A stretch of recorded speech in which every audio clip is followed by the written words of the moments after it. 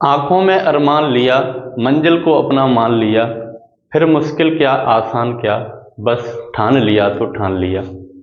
नमस्कार दोस्तों, Vinayak Manish maths YouTube channel पर आपका बहुत बहुत स्वागत है। और इसी के साथ आज की क्लास हम लोग स्टार्ट करते हैं। आज की क्लास है हम लोगों की कोण समद्विभाजक यानी एंगल बाई सेक्टर। हम लोगों ने माध्य का तो वीडियो में पढ़ लिए, ठीक है। आज से हम लोग स्टार्ट करेंगे कोण समद्विभाजक। हेडिंग डालें हम लोग कोण समद्विभाजक। इंग्लिश में हम इसे बोलते हैं angle by sector. Angle by sector. जैसा कि यहाँ पे आपको नाम दिख रहा होगा कोण समद्विभाजक। कोण यानी एंगल, तो जिस कोण को समान दो भागों में विभाजित कर दे उसी को हम बोलते हैं कोण समद्विभाजक, एंगल बाई सेक्टर। जैसे कि कोई एंगल है, इस एंगल को कोई भुजा या कोई रेखा समान भागों में विभाजित कर दे तो उसी रेखा को हम लोग बोलते हैं एंगल बाई सेक्टर यानी कि कोण समद्विभाजक। बात समझ में आ गई? कोण समद्विभाजक हम किसको बोलते हैं? हम आपको दोनों भाषाओं में पढ़ाएंगे, इंग्लिश हिंदी, ठीक है। कोई भी प्रॉब्लम नहीं आने वाली है। जैसा कि हमारा पढ़ाने का तरीका है, पूरा बेसिक से पहले हम थ्योरी पढ़ाते हैं पूरी कंप्लीट, उसके बाद फिर हम आपको सवाल करवाते हैं।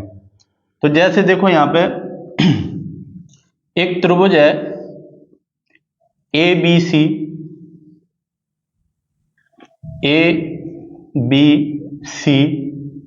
और ये एंगल बाई सेक्टर है AD। हमने बताया था एंगल बाई सेक्टर जो होता है वो कोण को बराबर भागों में विभाजित करता है, यानी कोण A को AD बराबर भागों में विभाजित करेगा, ठीक है। सवाल कैसे पूछा जाता है आप लोगों से? जैसे BD और DC का अनुपात क्या होगा? AB भुजा मान ली हम लोगों ने A और AC भुजा मान ली हम लोगों ने B। तो आप बताएं हमें कि BD और DC का अनुपात क्या होगा। तो हमेशा याद रखना, जब भी एंगल बाई सेक्टर होता है, कोण समद्विभाजक होता है, तो वो भुजा को किस अनुपात में बांटता है?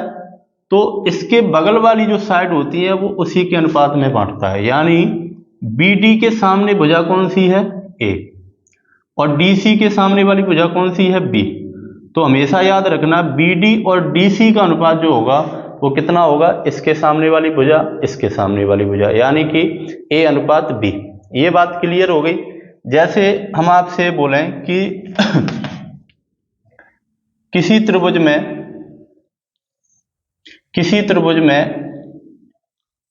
ये एंगल बाई सेक्टर है, तो आप हमें बताओ कि ये 2 है, ये 3 है, ये 2 सेंटीमीटर है, ये 3 सेंटीमीटर। तो आप हमें बताओ यहां से लेकर के यहां तक और यहां से लेकर के यहां तक इनका अनुपात कितना होगा? तो हमेशा याद रखना एंगल बाई सेक्टर है तो इसके सामने की भुजा 2 और इसके सामने की भुजा 3, तो इनका जो अनुपात होगा यहां से लेकर के यहां तक, यहां से लेकर के यहां तक, वो होगा 2:3। जैसे हम आपको एक सवाल देते हैं,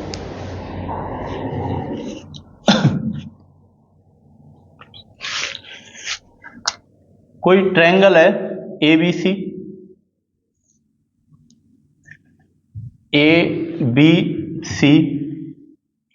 और AD एंगल बाई सेक्टर है, कोण समद्विभाजक है। AB भुजा है 5 सेंटीमीटर और AC भुजा है 7 सेंटीमीटर, और टोटल BC की जो लंबाई है वो है, BC की लंबाई है मान के चलो 36 सेंटीमीटर। तो आपसे पूछ ले कि बताइए DC कितना होगा, यहां पे DC कितना होगा? तो हमेशा याद रखना हमने आपको क्या बताया है, जब भी एंगल बाई सेक्टर होता है तो BD और जो DC का अनुपात होता है वो सामने वाली भुजाओं के अनुपात के बराबर होता है। यानी कि BD कितना होगा? 5 और DC कितना होगा? 7। तो इनका जो अनुपात होगा वो कितना होगा? 5:7। तो आपसे क्या पूछ रहा है मेरे भाई? DC पूछ रहा है। तो टोटल BC की भुजा कितनी है? 36 सेंटीमीटर। तो हमें क्या चाहिए, 7 का अनुपात चाहिए। कैसे निकालते हैं, जैसे 36 में से हमें 7 का अनुपात चाहिए, तो जिसका अनुपात निकालेंगे उसको ऊपर रखेंगे और टोटल जोड़ करके इनका अनुपात नीचे रख देंगे। तो 5 और 7 12, 12 से काटा हमने 36 को, 12 तिया 36, 7 तिया 21, यानी आंसर है हमारा 21। तो डीसी की भुजा कितनी हो गई, यहाँ पे 21 सेंटीमीटर। बात समझ में आ गई। अब जैसा कि हमारा पढ़ाने का तरीका है कि हम आपको पूरा बेसिक भी बताते हैं कि चीज आई कैसे। चलो देखते हैं इसे। ऐसा हम क्यों करते हैं, इनका सामने वाली भुजाओं का अनुपात क्यों लेते हैं। जैसे हमने आपसे ये बोला कि कोई ट्रायंगल है एबीसी, कोई ट्रायंगल है एबीसी,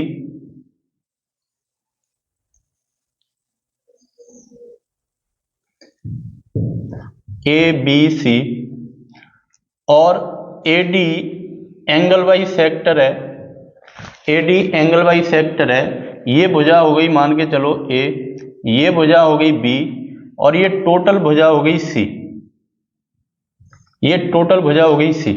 ठीक है, तो आप हमें बताओ D और C की भुजा कितनी होगी, DC की भुजा कितनी होगी।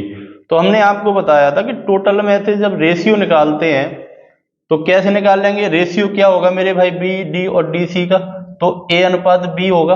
बोलो हाँ, ये कितना होगा, ए अनुपात बी होगा। और हमें क्या चाहिए, डी सी चाहिए। तो टोटल में से हमें क्या निकालना है, बी का अनुपात निकालना है। तो सी गुणा बी और इन दोनों का अनुपात जोड़ देंगे, यानी ए प्लस बी। तो मेरे भाई डी सी कितना हो जाएगा, तो इसमें से बी बटे ए प्लस बी। ठीक है, इसी प्रकार अगर हम बोलें कि बी डी कितना हो जाएगा, तो बी डी का अनुपात कितना है, ए। तो टोटल में से सी गुणा ए बटे और इन दोनों को जोड़ देंगे, यानी ए प्लस बी। ठीक है, ये समझ में आ गया होगा।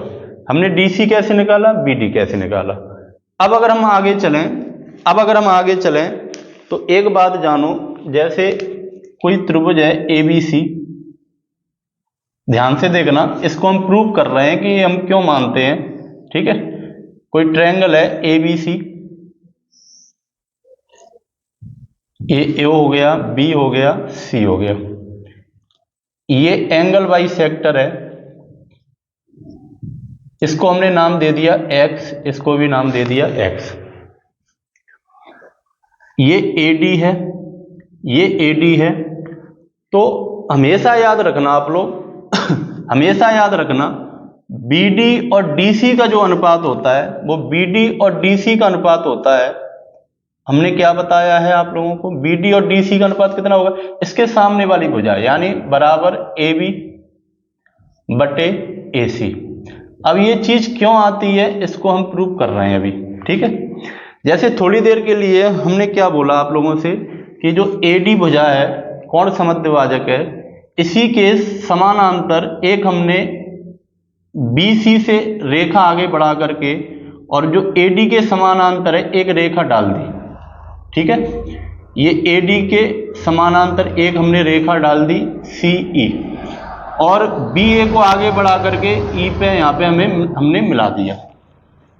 ठीक है, AD EC के समानांतर है। अब हम आपको यहाँ पे 3 पॉइंट बताते हैं, ध्यान से देखना। 3 पॉइंट बताते हैं। पहला पॉइंट तो ये है कि अगर कोई रेखा समानांतर है, कोई रेखा समानांतर है और इसको कोई तिर्यक रेखा काटती है, तो हमेशा याद रखना, इसको हम आपको रेखा तथा कोण में बताएंगे कि ये वाला जो एंगल होगा, ये क्या है मेरे भाई, समानांतर रेखा है। तो ये वाला जो एंगल होगा वो इस एंगल के बराबर होगा। इसको हम कौन सा एंगल बोलते हैं, तो इसको हम बोलते हैं एकांतर कोण, अल्टरनेट एंगल। ठीक है, समानांतर भुजा होगी तो ये वाला एंगल बराबर होगा। दूसरा पॉइंट यहां पे समझ लो कि अगर कोई दो रेखा समानांतर है और ये तिर्यक रेखा इसको काट रही है, तो ये वाला जो कोण होगा वो इस कोण के बराबर होगा और नीचे का कोण इसके बराबर होगा, नीचे के बराबर। इसको हम बोलते हैं संगत कोण, यानी करस्पॉन्डिंग एंगल। ठीक है, तीसरा पॉइंट हम आपको ये बता रहे हैं कि कोई त्रिभुज है ABC और BC के समानांतर कोई रेखा है PQ। ठीक है, कोई रेखा है PQ और ये BC के समानांतर है। तो हमेशा याद रखना थेल्स प्रमेय में क्या होता है, थेल्स प्रमेय हमसे क्या बोलती है कि AP बटे PB बराबर होता है AQ बटे QC के। हमने आपको यहां पे 3 पॉइंट बताए। 3 पॉइंट कौन कौन से बताए? जैसे कोई दो समानांतर रेखा है तो ये वाला एंगल बराबर होगा, अल्टरनेट एंगल। दूसरा पॉइंट ये बताया था कि समानांतर रेखा है तो करस्पॉन्डिंग एंगल बराबर होंगे। तीसरा पॉइंट ये बताया था कि कोई त्रिभुज है BC के समानांतर कोई रेखा है PQ। तो हमेशा याद रखना AP बटे PB और AQ बटे QC ये हमेशा थेल्स प्रमेय से बराबर होता है। ये तीनों पॉइंट हम लोग आगे पढ़ेंगे जब हम बताएंगे आप लोगों को सर्वांग संग और समरूप, ठीक है, रेखा तथा कोण, जब हम इनको डिस्कस करेंगे। अब आप हमें ये बताओ, इन तीनों पॉइंटों को हम यहाँ पे अप्लाई कर रहे हैं, देखो ध्यान से। जैसे अभी हमने बोला है कि AD के समानांतर EC है, तो आप हमें बताओ कि इसको त्रियक रेखा मान करके ये x है, तो क्या ये x होगा क्या? बताइए। ये कौन सा एंगल है? ये अल्टरनेट एंगल है। देखो ये वाला बराबर होगा, बिल्कुल होगा। अब अगर हम आपसे ये बोलें कि अगर EBC एक ट्रायंगल है, ठीक है, EBC एक ट्रायंगल है और AD समानांतर है EC के, EC समानांतर है AD के, तो आप हमें बताओ ये जो एंगल है, ये जो पैरेलल लाइन है इसके ऊपर जो एंगल है, ठीक है, और इसके ऊपर जो एंगल है, हमने क्या माना? हमने ये मान लिया कि अगर ये संगत कोण है तो ये ऊपर वाला भी संगत कोण होगा। बताइए मेरे भाई, यहां पे अच्छे से देखो ध्यान से। यही तो हम बोल रहे हैं कि AD और EC समानांतर है और AE एक क्या है? त्रियक रेखा है। तो हमेशा याद रखना ये वाला एंगल बराबर होगा संगत कोण से, करस्पॉन्डिंग एंगल से, बिल्कुल। तो इसको क्या हमने, ये x है तो इसको भी हमने x मान लिया, कोई दिक्कत नहीं है, ठीक है। अब अगर हम आपसे ये बोलें, हमने आपको बताया था कि आमने सामने के कोण बराबर होते हैं तो उनके आमने सामने की भुजा भी बराबर होती है, ठीक है, ये हमने आपको बताया था। तो इसके आमने सामने के कोण बराबर हैं, इसके सामने ये और इसके सामने ये, तो इनकी भुजा भी बराबर होंगी क्या? बताइए। यानी हम कह सकते हैं कि AC बराबर AE होगा क्या? बिल्कुल होगा, ठीक है। ये दोनों पॉइंट हमारे इसमें अप्लाई हो गए। अब इसमें तीसरा पॉइंट देखते हैं हम लोग। जैसे EBC एक ट्रायंगल है, और AD समानांतर EC है, जैसे हमने बोला था PQ समानांतर BC। तो आप हमें बताओ क्या इनकी जो भुजा होंगी BD बटे DC, यहां पे देखेंगे हम लोग BD बटे DC और BA बटे AE बराबर होगा BA बटे AE। आप हमें ये बताओ कि क्या AE की जगह अगर हम AC रख दें तो कोई दिक्कत है क्या? क्योंकि ये बराबर है, ठीक है। तो हमने क्या किया, AE की जगह पे हमने क्या रख दिया मेरे भाई? AC रख दिया। इसमें किसी को कोई परेशानी नहीं होनी चाहिए। तो आप हमें बताओ क्या हम यही चीज प्रूव नहीं कर रहे थे? बताइए। BD बटे DC AB बटे AC, यही चीज तो हम प्रूव कर रहे थे। बात समझ में आ गई कैसे आई चीज? तो हमेशा याद रखना आप लोग, हमेशा याद रखना कि BD और DC का अनुपात कितना होगा? तो इनके सामने वाली भुजाओं के अनुपात के बराबर होगा, यानी BA बटे AC, ठीक है। अब हम ये आपको ये चीज बताते हैं देखो ध्यान से।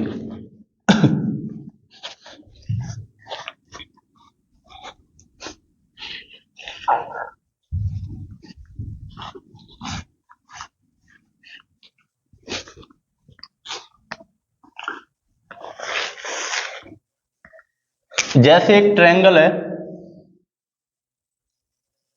एक ट्रायंगल है A B C, A B C और AD एक एंगल बाई सेक्टर है और BE एक एंगल बाई सेक्टर है, और जो तीसरा एंगल बाई सेक्टर होगा वो भी इसी पॉइंट से होकर के जाएगा। ठीक है, ये चीज हम अभी बता रहे हैं आप लोगों को, क्यों जाएगा ये, इसी पॉइंट से होकर के क्यों जाता है एंगल बाई सेक्टर। और जो ये पॉइंट है जहां पे ये तीनों एंगल बाई सेक्टर मिलते हैं, इस पॉइंट को हम लोग बोलते हैं अंतः केंद्र, इन सेंटर। फिर से सुनो, कोई एक त्रिभुज है जहां पे तीनों एंगल बाई सेक्टर मिलते हैं, इंटरसेक्ट करते हैं, उस बिंदु को हम लोग बोलते हैं अंतः केंद्र यानी कि इन सेंटर। ठीक है, चलो तो हमेशा याद रखना कि जो BD और DC का अनुपात होगा वो कितना होगा मेरे भाई। जैसे हमने मान लिया ये C मान लिया, इसको B मान लिया, इसको A मान लिया। ठीक है, तो हमेशा याद रखना BD और DC का अनुपात कितना होगा, BD और DC का अनुपात कितना होगा, तो BD के सामने वाली भुजा C। ठीक है, या हम बोल सकते हैं कि AB बटे AB अनुपात AC। अब अगर हम बोलें कि बताइए AE और EC का अनुपात कितना होगा, तो आप बोलोगे AE और EC का अनुपात जो होगा, AE के सामने वाली भुजा AB और EC के सामने वाली भुजा BC। ठीक है मेरे भाई। अब अगर हम आपसे बोले बताइए AC, इसको हमने F मान लिया। ठीक है, CF माध्य एंगल बाई सेक्टर हो गया, तो आप हमें बताओ AF और FB का अनुपात कितना होगा, तो आप बोलोगे कि AF और FB का जो अनुपात होगा वो होगा B अनुपात A। ठीक है, इसके सामने वाली भुजा B, FB के सामने वाली भुजा A, यानी हम बोल सकते हैं कि AC अनुपात BC। ठीक है, ये चीज नोट कर लो, बहुत ज्यादा एग्जाम में पूछा गया है। ठीक है, चलो अब इसका हम अगला पॉइंट समझते हैं। अगला पॉइंट समझते हैं,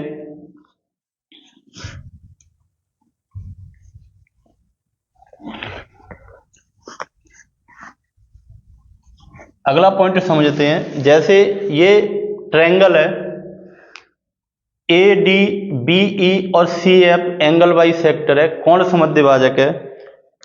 तो हमेशा पहली बात तो ये याद रखना कि जहां भी एंगल बाई सेक्टर मिलते हैं उस बिंदु को हम लोग अंतः केंद्र बोलते हैं। ठीक है, इन सेंटर बोलते हैं, इस चीज को याद रखना। अब अगर हम आपसे बोलें कि AI और ID का अनुपात कितना होगा, ध्यान से देखना।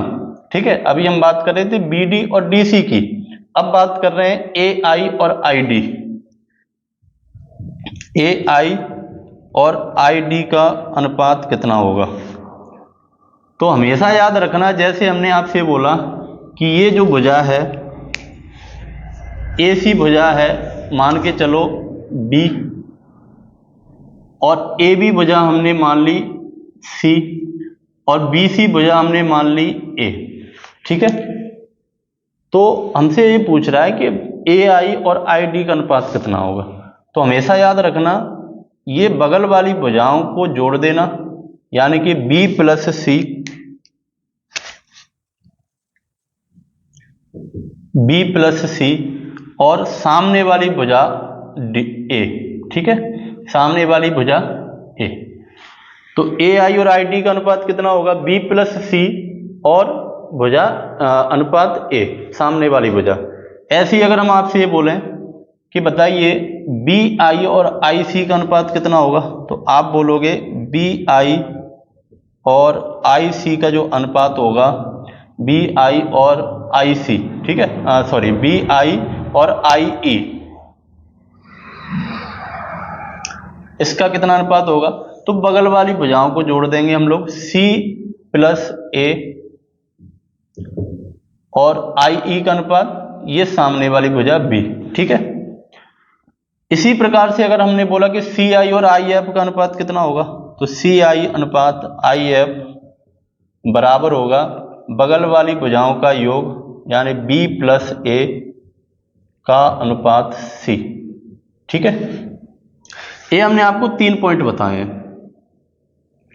जैसे अगर हम आपसे ऐसे समझे सिंपल भाषा में, जैसे कोई ट्रायंगल है ए बी सी और कोई एंगल बाई सेक्टर है, मान के चलो एडी, ये एंगल बाई सेक्टर है बीई, इस पॉइंट को हम लोग बोलेंगे अंतः केंद्र। अब अगर हमने आपसे ये बोला कि ये ए बी जो भुजा है वो मान के चलो ए है, ठीक है, ये ए है, और ए सी भुजा हमने मान ली बी और बी सी भुजा मान ली हमने सी। ठीक है, तो अगर हम आपसे ये बोले यहां पे कोई संख्या मान लेते हैं हम लोग, सबसे अच्छा ए बी मान लिया हमने 4 सेंटीमीटर, ए सी मान लिया हमने 5 सेंटीमीटर, ठीक है, और बी सी हमने मान लिया 6 सेंटीमीटर। अगर आपसे ये बोले कि बताइए ए आई और आई डी का अनुपात कितना होगा, ए आई और आई डी का अनुपात कितना होगा, तो हमने आपको ये बताया था कि ए आई और आई डी का अनुपात पूछे तो बगल वाली भुजाओं का योग और किससे, सामने वाली भुजा से। 4 5 9, 4 5 9 और सामने भुजा कितनी है 6, तो इनका जो अनुपात होगा 3 से काट देंगे हम लोग, 3 त्रिक 9, 3 दूनी 6, तो इनका जो अनुपात होगा ए आई और आई डी का तो कितना होगा 3:2। बात समझ में आई? इस तरीके से आपको एग्जाम में सवाल पूछता है। ठीक है, तो सबसे पहले हम लोग ये समझेंगे, एक सवाल और बताते हैं, उससे पहले हम लोग ये समझेंगे कि ये चीज आई कैसे, हम ए आई और आई डी का अनुपात बी प्लस सी का से अनुपात ए क्यों लिखते हैं। ठीक है, हमारा पढ़ाने का तरीका यही है कि हम आपको बेसिक से बताते हैं पूरी चीज।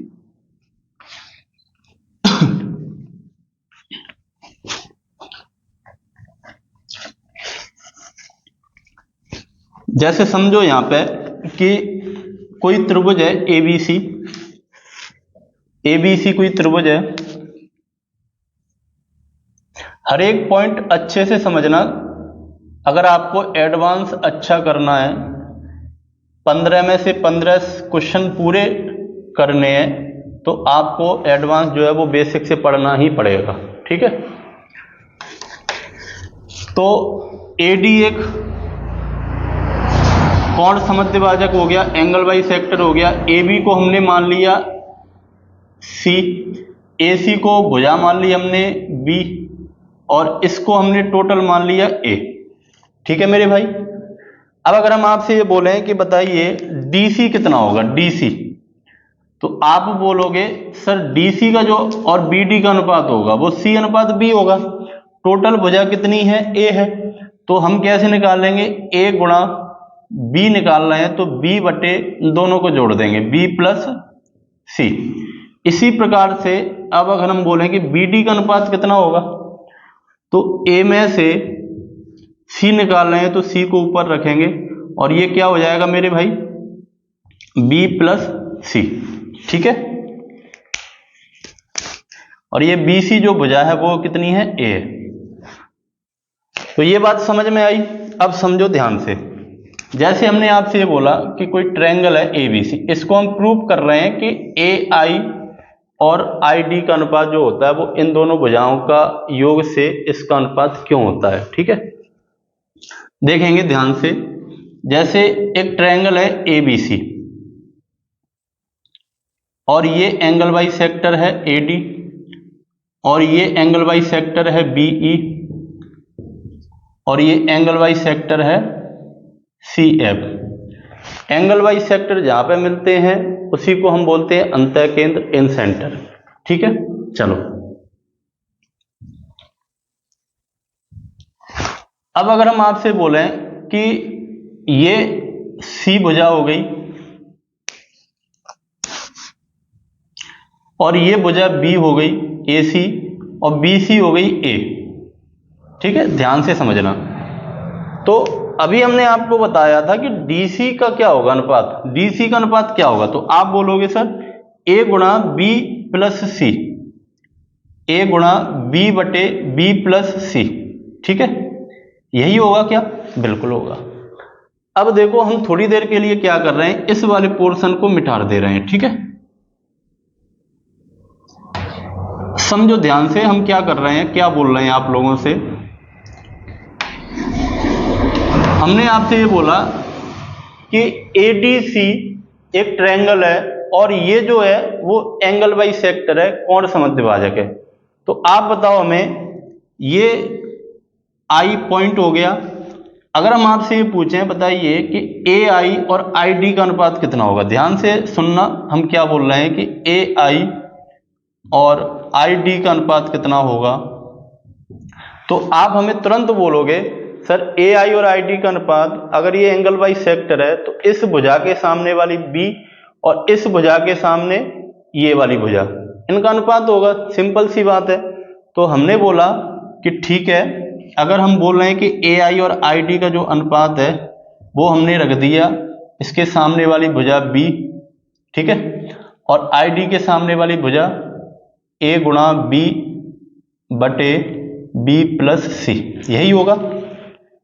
हमने क्या किया, B से B काट दिया, B प्लस C ऊपर पहुंच गया।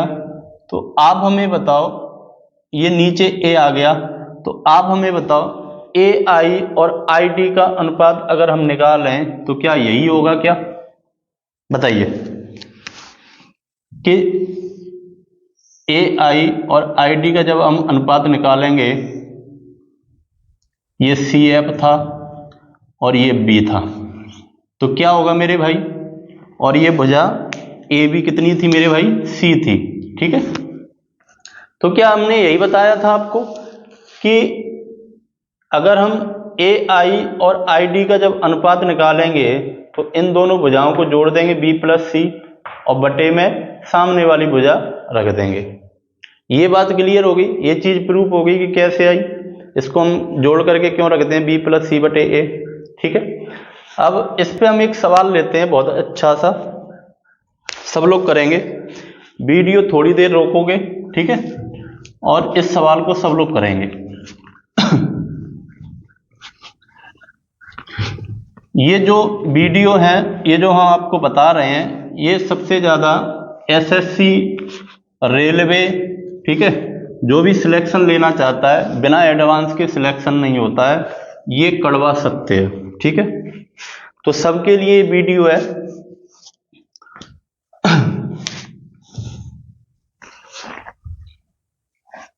देखो, जैसे एक ट्रायंगल है, इस सवाल को सब लोग करेंगे मेरे भाई।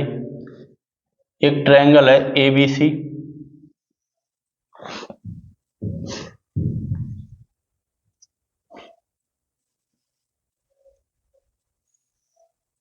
ये तीनों एंगल वाइज सेक्टर हैं।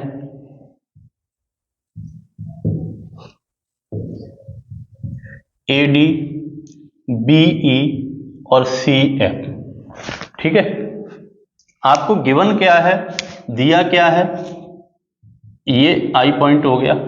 आपको दिया है AI बटे ID, दिया है 5:2 और BI बटे IE दिया है, IE दिया है 4:5, 4:5। तो आपको ये बताना है कि CI और IF का रेशियो क्या होगा, CI और IF का रेशियो क्या होगा।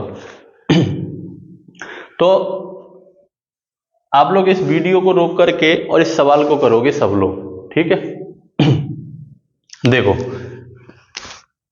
क्या अगर हम बोले हैं आप लोगों से कि AI अनुपात ID, AI अनुपात ID का क्या होगा, तो इन भुजाओं के सामने का योग, ठीक है, और इसके सामने वाली भुजा से अनुपात होगा, बिल्कुल होगा।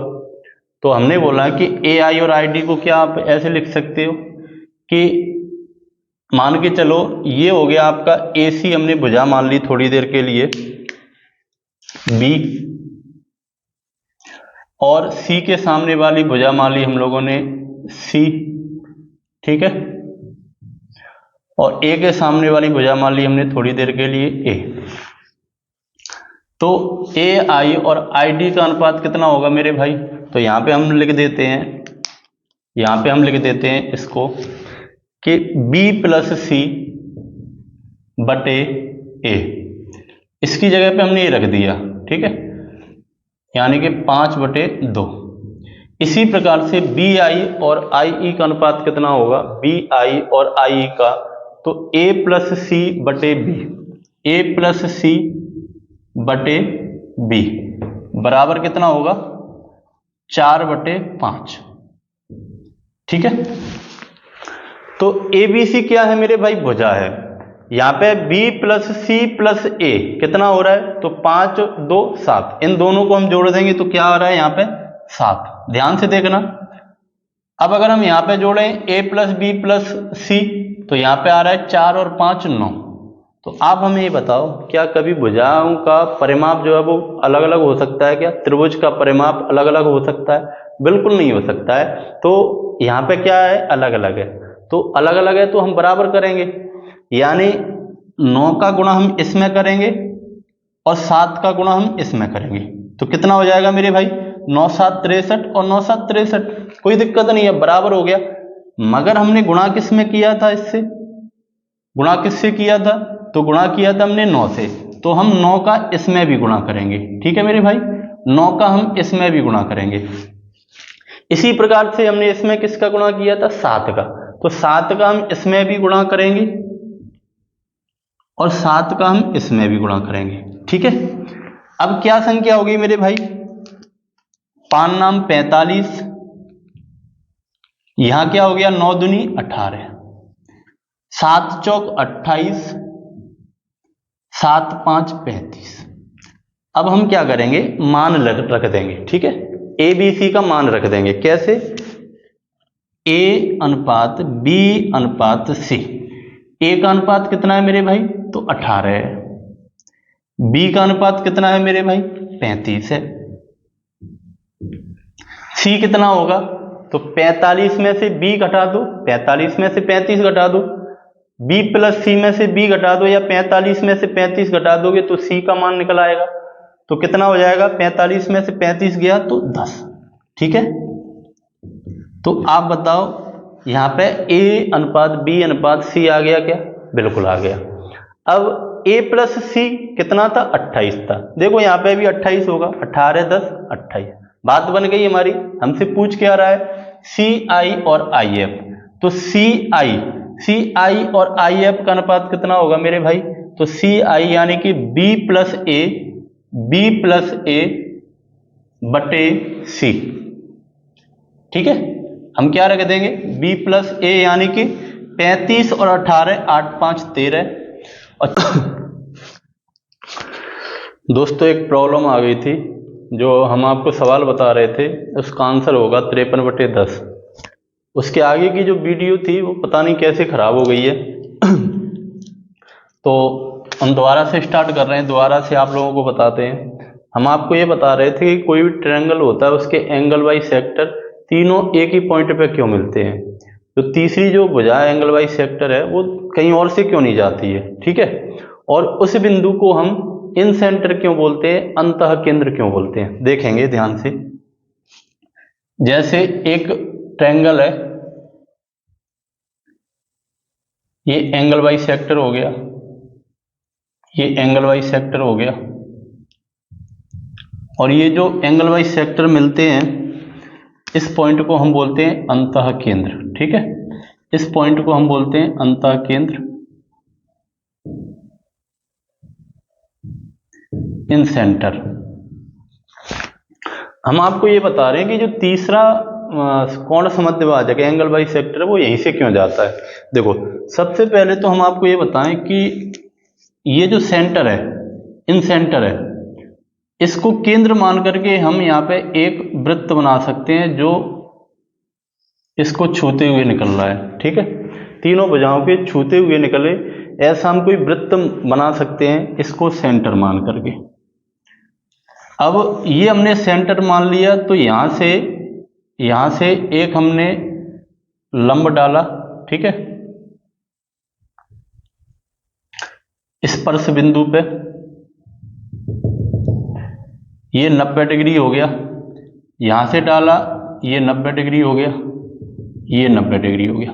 केंद्र से परिधि पर कोई भी रेखा होती है उसको हम त्रिज्या मानते हैं, ठीक है, यानी इसको हमने आर मान लिया, इसको आर मान लिया और इसको आर मान लिया, ठीक है। अब अगर हमने आपसे ये बोला कि थोड़ी देर के लिए हम क्या मान लेते हैं, कोई भुजा है, ठीक है, थोड़ी देर के लिए हमने ये कोई भुजा मान ली।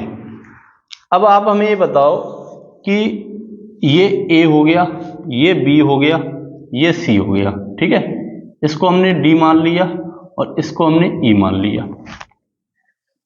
आप हमें बताओ कि डी आई सी, त्रिभुज डी आई सी और त्रिभुज सी या ई आई सी, ठीक है, ई आई सी दो त्रिभुज है, ये दोनों त्रिभुज है।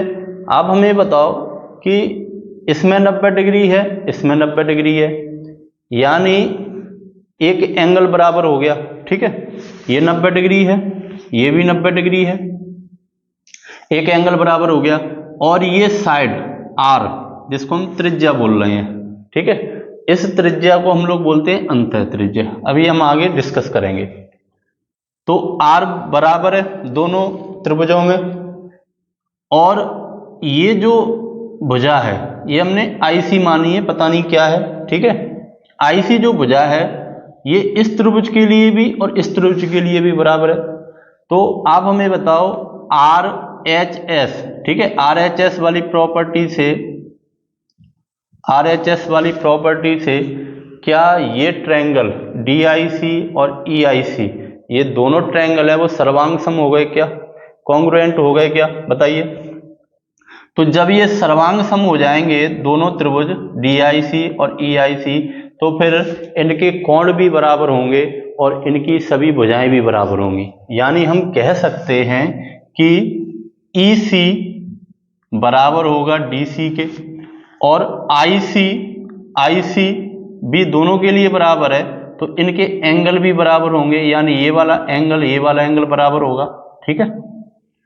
और ये जो एंगल होगा आई ई सी और ये वाला एंगल ये, ठीक है, थीटा होगा, ये भी थीटा होगा। मेरे भाई एंगल भी बराबर होंगे, साइड भी बराबर होंगी सर्वांग सम में। तो क्या हम आपसे बोल सकते हैं कि ये जो सी आई है ये कोण समद्विभाजक है, बताइए। तो क्या यहां से ये चीज प्रूफ हो गई क्या कि कोण समद्विभाजक है वो यहीं से होकर के जाएगा, अंतः केंद्र से होकर के जाएगा, ठीक है, ये चीज हमारी प्रूफ हो गई।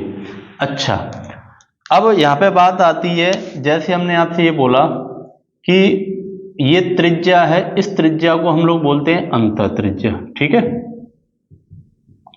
अंतः त्रिज्या, इन रेडियस, इंग्लिश में बोलते हैं हम लोग इन रेडियस, ठीक है,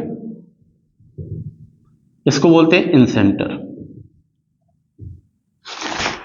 तो आप हमें बताओ यहां पे कि अगर हम आर निकालें, अंतः त्रिज्या निकालें, ठीक है, चलो यहां पे देखते हैं दोबारा से। जैसे अगर हम आपसे ये बोलें कि अंतः त्रिज्या किसी त्रिभुज की अंतः त्रिज्या कैसे निकालते हैं, जैसे मान के चलो ये त्रिभुज हो गया, ठीक है, ये सर्कल हो गया त्रिभुज के अंदर, ठीक है, यानी और ये सर्कल का केंद्र हो गया जिसको हम बोलेंगे कौन सा बिंदु, आई, यानी अंतः केंद्र, ठीक है। अब आप हमें ये बताओ यहां से लेकर के यहां तक ये आर हो गया, यहां से लेकर के यहां तक आर हो गया, सेंटर से केंद्र से परिधि पर कहीं भी आप भुजा डालो तो वो हमेशा आर ही होती है, वो हमेशा त्रिज्या ही होती है। ठीक है, तो सबसे पहले तो हमें ये बताओ कि अगर हम त्रिज्या निकालें, किसी भी त्रिभुज की अंतः त्रिज्या निकालें तो कैसे निकालेंगे। ठीक है, आपके एग्जाम में बहुत ज्यादा ये पूछा जाता है, चाहे वो कोई भी एग्जाम हो, एसएससी जीडी हो, एमपी पुलिस हो, चाहे सीजीएल हो, ठीक है, चाहे सीएचएसएल हो, कोई भी एग्जाम हो, बहुत ज्यादा ये सवाल पूछा जाता है कि ये त्रिभुज एबीसी हो गया, तो आप हमें बताओ आर बराबर क्या होगा। ठीक है, आर बराबर क्या होगा, चलो देखते हैं, हम प्रूव करते हैं इस चीज को। जैसे हमने यहाँ पे बी आई को मिला दिया, ठीक है, इस चीज को हम प्रूव कर रहे हैं कि आर बराबर क्या होगा, अंतः त्रिज्या बराबर क्या होगी। ठीक है, आर बराबर यानी अंतः त्रिज्या, किसी भी त्रिभुज की अंतः त्रिज्या हम लोग कैसे निकालते हैं।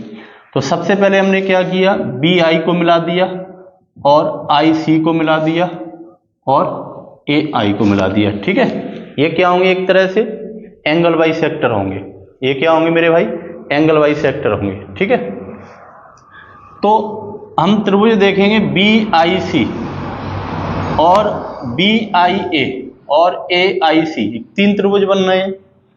अब अगर हम आपसे ये बोलें कि ये पूरे का क्षेत्रफल, त्रिभुज एबीसी का क्षेत्रफल, ठीक है, इसको हमने नाम दे दिया डेल्टा, एबीसी के क्षेत्रफल को हमने बोल दिया पूरा डेल्टा। तो आप हमें बताओ कि बी आई सी का क्षेत्रफल क्या होगा। तो सब लोग जानते हैं 1/2 हाइट इंटू बेस, हाइट क्या है यहाँ पे बी आई सी, तो आर है। ठीक है, हाइट क्या है, आर है। बेस क्या है मेरे भाई, बेस क्या है, तो बेस हम मान लेंगे, मान के चलो ये हमने ए मान लिया भुजा, और बी के सामने बी मान ली और सी के सामने सी भुजा मान ली। ठीक है, तो बेस क्या मान लिया हमने, ए। अब ये वाला त्रिभुज देखेंगे हम लोग ए आई सी, क्या मानेंगे, 1/2 इंटू हाइट, हाइट कितनी है आर, इंटू बेस, बेस कितना है बी, प्लस अब इस त्रिभुज का क्षेत्रफल भी इसी में जोड़ देंगे। हम क्या कर रहे हैं, तीनों त्रिभुजों का क्षेत्रफल इसमें जोड़ रहे हैं। ठीक है, तो बी आई ए का कैसे निकालेंगे, तो वही 1/2 आर इंटू बेस, बेस क्या है मेरे भाई सी। ठीक है, ये त्रिभुज का क्षेत्रफल हो गया। 1/2 आर हम क्या ले लेंगे, कॉमन ले लेंगे, तो 1/2 इंटू आर, क्या बचेगा, यहां से ले लेंगे कॉमन तो ए बचा, यहां से कॉमन लेंगे तो बी बचा, यहां से कॉमन लेंगे तो सी बचेगा। ठीक है, तो आप हमें बताओ डेल्टा यानी त्रिभुज का क्षेत्रफल R A plus B plus C को बटे 2। ठीक है, इस चीज को हम एस रख सकते हैं क्या, सेमी पेरीमीटर अर्ध परिमाप। ठीक है, एस मतलब होता है सेमी पेरीमीटर अर्ध परिमाप। तो ये हमारे पास आ गया, त्रिभुज का क्षेत्रफल बराबर होता है अंतः त्रिज्या इंटू सेमी पेरीमीटर। ठीक है, या हम बोल सकते हैं कि त्रिभुज का क्षेत्रफल बटे एस। बताइए, तो ये आपसे बहुत ज्यादा सवाल पूछा जाता है आपके एग्जाम में। ठीक है, किसी भी त्रिभुज की अंतः त्रिज्या कैसे निकालते हैं, तो त्रिभुज का क्षेत्रफल बटे एस। ठीक है, चलो अब अगर हम आपसे ये बोलें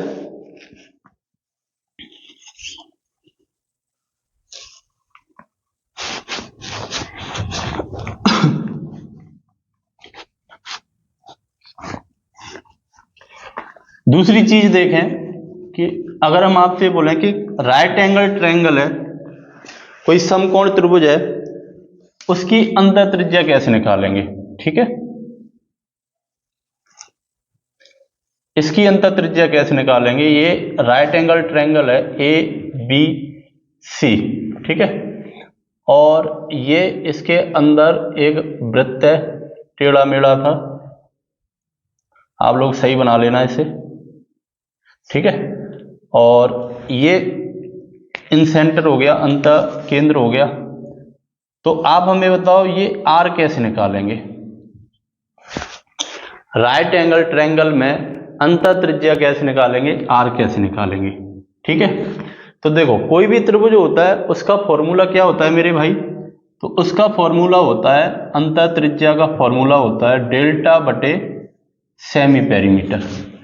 ये भुजा हमने मान ली ए, ये मान ली बी और ये मान ली सी। ठीक है, तो आप सबसे पहले हमें ये बताओ कि R बराबर त्रिभुज का क्षेत्रफल कैसे निकालेंगे इसका, राइट एंगल ट्रायंगल का। तो आप बोलोगे sir 1/2 height into base. Height कितनी है, b है, बेस कितना है मेरे भाई, a है। ठीक है, और बटे सेमी पेरीमीटर। देखो सेमी पेरीमीटर क्या होता है, सेमी पेरीमीटर क्या होता है, तो b प्लस a, ध्यान से देखना। ठीक है, b plus c plus a बटे सेमी पेरीमीटर। ठीक है, बटे 2। तो 2 से 2 काट दिया तो क्या आ गया हमारे पास, तो बी ए बटे b plus c plus a। ठीक है, पर क्या हम इसको इसी तरीके से रखेंगे, नहीं। तो हम क्या करेंगे, जैसे हमने आपसे बोला कि बी स्क्वायर प्लस ए स्क्वायर, पाइथागोरस प्रमेय हमसे क्या बोलता है कि बी स्क्वायर प्लस ए स्क्वायर बराबर होता है सी स्क्वायर के बराबर। हमने मान के चला कि ए प्लस बी का होल स्क्वायर होता है, ध्यान से देखेंगे आप लोग। ठीक है, ए प्लस बी का होल स्क्वायर होता है A square plus B square plus 2ab। ये तो सबको फॉर्मूला याद होगा। हमने क्या किया, ए स्क्वायर प्लस बी स्क्वायर की जगह पे रख दिया सी स्क्वायर। तो ये हो गया a प्लस बी का होल स्क्वायर बराबर, इसकी जगह पे हमने क्या रख दिया मेरे भाई, सी स्क्वायर और प्लस 2ab। ठीक है, देखेंगे यहाँ पे a प्लस बी का होल स्क्वायर, ये c इधर ले आएंगे और बराबर में 2ab रखेंगे। ठीक है, और 2 हम क्या करेंगे, नीचे रख देंगे। 2 क्या करेंगे मेरे भाई, नीचे रख देंगे इसके। तो ए स्क्वायर माइनस बी स्क्वायर का फॉर्मूला क्या होता है, तो एक बार प्लस में रखेंगे एक बार माइनस में रखेंगे। ठीक है, यानी हम बोल सकते हैं इसे कि ए प्लस बी प्लस सी और ए प्लस बी माइनस सी, एक बार प्लस में और एक बार माइनस में, बटे 2। ठीक है, बराबर ए बी। अब हमें ये बताओ मेरे भाई, ये ए बी की जगह हम ये चीज रख दें क्या थोड़ी देर के लिए, तो ये हमने रख दिया। ठीक है, ये पूरा तामझाम एक साइड है और डायरेक्ट जो बताएंगे वो एक साइड है। ध्यान देना, जैसे बी ए की जगह पे हमने क्या रख दिया, ये चीज रख दी। ठीक है, तो ये हो गया ए प्लस बी प्लस सी और a प्लस बी माइनस सी। ठीक है, बटे 2। और नीचे क्या है मेरे भाई, तो b प्लस सी प्लस ए, इससे ये काट दिया तो हमारे पास क्या बचेगा, a प्लस बी माइनस सी बटे 2। ये आपसे कई बार पूछा गया है, ये आपसे कई बार पूछा गया है कि किसी भी समकोण त्रिभुज की अंतः त्रिज्या क्या होती है। तो इन दोनों भुजाओं को जोड़ोगे और c माइनस कर दोगे, यानी कर्ण को हाइपोटेनियस को माइनस कर दोगे, बटे 2 कर दोगे। ठीक है, तो ये अंतः त्रिज्या आ जाएगी। बात समझ में आ गई मेरे भाई, क्या होती है डायरेक्ट निकालेंगे तो a प्लस बी माइनस सी बटे 2। तो इन सब का कंक्लूजन क्या निकल के आ जाए, ये। ठीक है, ये बात सबकी समझ में आ गई होगी। ठीक है, चलो और तीसरी चीज हम ये बताते हैं, जैसे कोई समबाहु त्रिभुज है। ठीक है, ध्यान देना,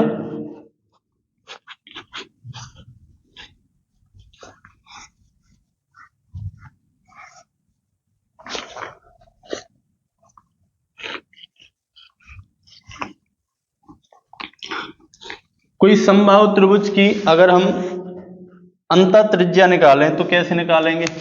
जैसे ये समबाहु त्रिभुज हो गया, समबाहु त्रिभुज की तीनों भुजाएं बराबर होती हैं, सबको पता होगा, तीनों एंगल भी बराबर होते हैं। ठीक है, तो ये हो गया ए, ये हो गया बी और ये हो गया सी।